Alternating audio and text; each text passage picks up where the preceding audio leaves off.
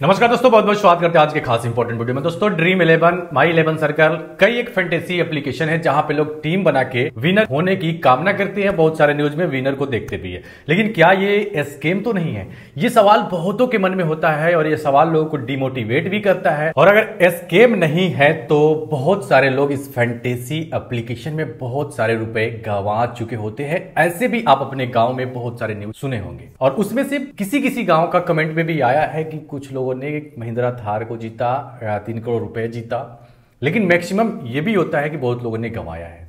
तो क्या यहां पे एक स्कैम होता है? या दोस्तों, आप भी यदि फैंटेसी एप्लीकेशन में पैसे लगाते हैं, ड्रीम 11 हो, 11 माई सर्कल हो इत्यादि, तो आपको इसकी सच्चाई को समझ लेनी होगी। क्योंकि बिना सच्चाई जाने, बिना नॉलेज के आप किसी चीज में ऐसे ही यदि अंधा पैसे लगा रहे हैं या फिर उस गेम को खेल रहे हैं, तो एक तो आपका टाइम लॉस होता है और दूसरा आपके पैसे की बर्बादी होती है। तो आइए इसकी पूरी कंप्लीट सच्चाई के बारे में, स्कैम के बारे में बात करते हैं। जैसे कि पता है दोस्तों कि ड्रीम 11 का मामला सुप्रीम कोर्ट तक गया था, लेकिन सुप्रीम कोर्ट में होने के बाद सुप्रीम कोर्ट ने इसे बैन भी करा था, लेकिन उसके बाद में सुप्रीम कोर्ट ने इसे फिर से अलाउ क्यों कर दिया? कैसीनो तो नहीं चल रहा है, ये खुले में ऐड के साथ चल रहा है। इलीगल होता तो सरकार इस पे एक्शन क्यों नहीं लेती? क्योंकि इसकी प्रचार भी चलती है। हाँ, इसके डिस्क्लेमर के साथ चलते हैं कि इस खेल में वित्तीय जोखिम शामिल है, कृपया जिम्मेदारी से खेलें। क्योंकि ये एक गवर्नमेंट पॉलिसी है कि आप यदि ये जुआ खिला रहे हैं तो जुआ की कला सच को बताइए कि इसमें वित्तीय जोखिम भी है। ये गवर्नमेंट की वजह से चलती है, इसके बताए बिना वो एड ब्लॉक हो सकते। तो ऐसा है, यानी कि ये कहा जा रहा है कि ये जुआ है, आप इसको समझ जाइए कि इसमें वित्तीय जोखिम है। आप अपने रिस्क पे खेलिए, आपको खेलना है तो खेलिए। तो चलिए अब इसको भी मान लीजिए ये एक सट्टा है, लेकिन अब ये काम कैसे करती है? गवर्नमेंट इसको बैन क्यों नहीं करती? गवर्नमेंट को इसमें क्या फायदा है आखिर? तो दोस्तों, आपको पता है कि गवर्नमेंट इसकी टैक्स बढ़ाती है। 1 साल पहले की न्यूज आप देखे होंगे कि जितने भी इस तरीके के एप्लीकेशन है सबकी टैक्स बढ़ा के 30% हो गई है। आप भी यदि पैसे विन करते हैं, अगर मान लीजिए संजोग से 1 करोड़ आपने विन किया, तो आपको मिलेगा 70 लाख, 30 लाख रुपए उसमें से टैक्स में चले जाएंगे। और तो गवर्नमेंट हर दिन हर एक विनर से ऐसे लेती होगी, ये एक प्रॉफिट। लेकिन यहां पे आप सोचते होंगे कि अगर रियल में स्कैम नहीं है, ड्रीम 11 वाले रियल में विन को डिस्ट्रीब्यूट करते हैं, तो इसमें ड्रीम 11 का क्या फायदा है? बहुत बड़ी फायदा है ड्रीम 11 के। आपकी जीतने की चांसेस 0.00000001% हो सकता है, लेकिन ड्रीम 11 के पैसे कमाने का चांसेस 100% हो सकता है। वो कैसे? आइए एक एग्जांपल से समझते हैं। मान लीजिए एक मेगा कंटेस्ट चलता है जो कि 49 रुपीज का चलता है, सबको पता है। इस मेगा कंटेस्ट में आप देखिएगा स्पोर्ट्स वाले सेक्शन में कितने सीट रहते हैं, 2 करोड़ से ज्यादा की सीट रहते हैं। अच्छा, मेगा कंटेस्ट का ये भी आप देखोगे, कभी 50 करोड़ पे मेगा कंटेस्ट हो जाता है, तो कभी 70 करोड़ पे होता है, कभी 45 से 40 करोड़ पे ही हो जाता है, और कभी 100 करोड़ पे भी होता है। क्यों? ये होता है स्पोर्ट सीट के अकॉर्डिंग। जैसे मान लीजिए 2 करोड़ स्पोर्ट सीट बनाए गए हैं। अब 2 करोड़ स्पोर्ट सीट के हिसाब से आप 49 रुपए की एंट्री फीस से क्या अनुमान कर सकते हैं? लगभग 98-100 करोड़ के लगभग हुए ना, 98 करोड़ ही मान लें लगभग। यहां पे मैं कोई कैलकुलेटर से कैलकुलेट नहीं कर रहा हूं, एक एग्जांपल दे रहा हूं। तो 98 करोड़ हुए तो उस समय क्या करेंगे?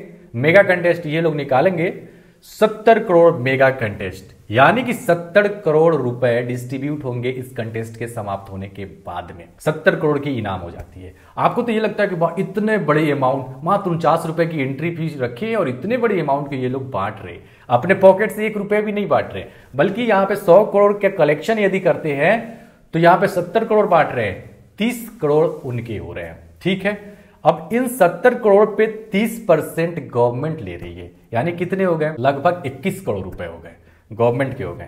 फिर बचे के 30% जो वो लोग ले रहे हैं, उस पे से भी गवर्नमेंट 30% ले रही है, 9 करोड़ ले ली, तो लगभग 30 करोड़ तो government at A time daily ले रही हो, एट ए टाइम ले ली इस हिसाब से। तो यहां पे गवर्नमेंट का भी वित्तीय खाते में फायदा है, और ये गवर्नमेंट का पर्सनल पैसा नहीं है। आई होप कि गवर्नमेंट का पैसा आप सबका पैसा है, यानी पब्लिक सेक्टर में वो जाके जमा होती है, जिससे डेवलपमेंट के काम होते हैं। तो यहाँ पे देश को फायदा है। और आपके पास ज्यादा पैसे हैं तो आप इसमें लगाइए। आपके पैसे का यदि लगता है कि हाँ, हम इतने पैसे तक सह लेंगे, तो यहाँ पे कहां पे ड्रीम 11 लॉस में है? ये फंडा से काम करती है। आपको नहीं पता तो आप जो टीम लगाते हैं वहां पे देखिएगा, एक स्पोर्ट्स करके दिया रहे। स्पोर्ट्स मतलब इतने सीट, एंट्री सीट इसमें है, और देखते हैं अंत तक पूरे सीट भर जाते हैं। 2.5 करोड़ तक का स्पोर्ट्स होते हैं, उससे भी ज्यादा का स्पोर्ट्स सीट होते हैं। तो एक एंट्री शीट होती है, और उसके अकॉर्डिंग ऊपर के जो चैनल पे आपको 70 करोड़ दिखता है ना, तो कभी कभी 80-90 करोड़ भी हो जाता है। क्योंकि मान लीजिए उसमें एंट्री फी जमा हो गया 150 करोड़ का जमा हो गया, तो 100 करोड़ का कंटेस्ट करने में क्या दिक्कत है? तो ऐसे करके कई एक कंटेस्ट चलते हैं। कहीं कहीं पे आपको स्पॉट सीट 3 का ही मिलेगा, 3 लोगों का ही सीट रहेगा, वो तो पक्का जुआ हो गया। वहां पे है 3 लोग ही वहां पे खेल रहे हैं और उसकी एंट्री फीस 25,000 रुपए, 9,000 रुपए, और ज्यादातर लोग इसमें ही पैसे को गवा देते हैं क्योंकि वहां पे उनको लगता है कि 3 लोग हैं तो 3 में, यहाँ पे तो 2 करोड़ लोग हैं ना, उसमें से जीतने के चांस पॉइंट हो रहा है। यहाँ पे 3 ही लोग हैं तो यहाँ पे जीतने का चांस तो 35% से ज्यादा का हो जा रहा है, तो हम जीत जाएंगे।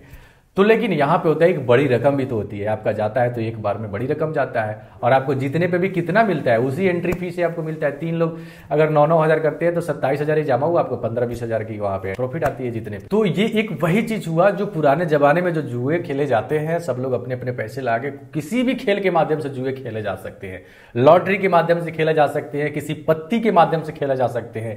मेन मकसद होता है आप टीम के द्वारा, आप लोगों प्लेयर्स के द्वारा जमा किए गए एंट्री फी उसी को डिस्ट्रीब्यूट करते हैं। आप गांव में भी टूर्नामेंट देखते होंगे, उसमें भी क्या होता है, या फिर क्रिकेट में भी क्या होता है, सारे प्लेयर अपना एंट्री फी जमा किए रहते हैं। जो प्लेयर विनर होते हैं उस एंट्री फी के मैक्सिमम हिस्से को वो ले लेते हैं, जो सेकंड विनर होते हैं उसके कुछ हिस्से को लेते हैं। सेम इन सब गेम में वही चलता है। 70 करोड़ रुपया डिस्ट्रीब्यूट कर रही है तो नंबर 1 रैंक से लेकर के 1 करोड़ रैंक तक डिस्ट्रीब्यूट करती है, यानी कि लास्ट तक आपकी एंट्री फी तक डिस्ट्रीब्यूट करती है। लगभग 60% यूजर को विनर बनाया जाता है, और नंबर 1 रैंक वाले को सबसे मैक्सिमम अकाउंट 3 करोड़ की मिलती है, फिर सेकेंड है वाले को 10 लाख, ऐसे कर करके पैसे का एक सिस्टमेटिक तरीका से डिस्ट्रीब्यूट बना दिया जाता है। तो आप समझ गए होंगे कि समाधान है। यदि स्कैम की बात रहती तो यहाँ पे गवर्नमेंट इसको तुरंत बैन कर देती, क्योंकि पर्दे के पीछे तो हो नहीं रहा है, पहले की तरह की सट्टा तो नहीं है कि कॉल सट्टे लगा दिए मैच पे, ये तो पूरी एकदम एडवर्टाइजमेंट के साथ में ऐड चला के चल रहा है। तो इस प्रकार से दोस्तों आप समझ गए होंगे कि आपके गांव मोहल्ले में आप देखे होंगे कि रियल में लोग विनर करते हैं, लेकिन विनिंग के चांसेस तो बहुत कम ही है ना, क्योंकि जहां 2.5 करोड़ लोग हैं वहां पे 1 लोग को नंबर 1 पे आना है, बाकी सब भी तो आ ही जाते हैं विनर। 49 रुपए एंट्री के साथ 49 रुपए की विनिंग तो मैक्सिमम लोग किए होंगे, कमेंट में भी बताइएगा। दोस्तों आई होप कि आज की वीडियो में इतना ही, फिर नेक्स्ट वीडियो में विशेष एनालिसिस के साथ हम आएंगे। आपकी कुछ क्वेरी हो तो आप कमेंट बॉक्स में कहिएगा, आप किस स्टेट से इस वीडियो को देख रहे हैं कमेंट बॉक्स में बताइएगा, ताकि हमें भी पता चले कितने दूर के लोग हमें देख रहे हैं। तो आज की वीडियो में फिलहाल लेंगे हम यही भी विदा, मिलते हैं एक नए जानकारी के साथ अगले वीडियो में, तब तक के लिए टेक केयर, बाय बाय।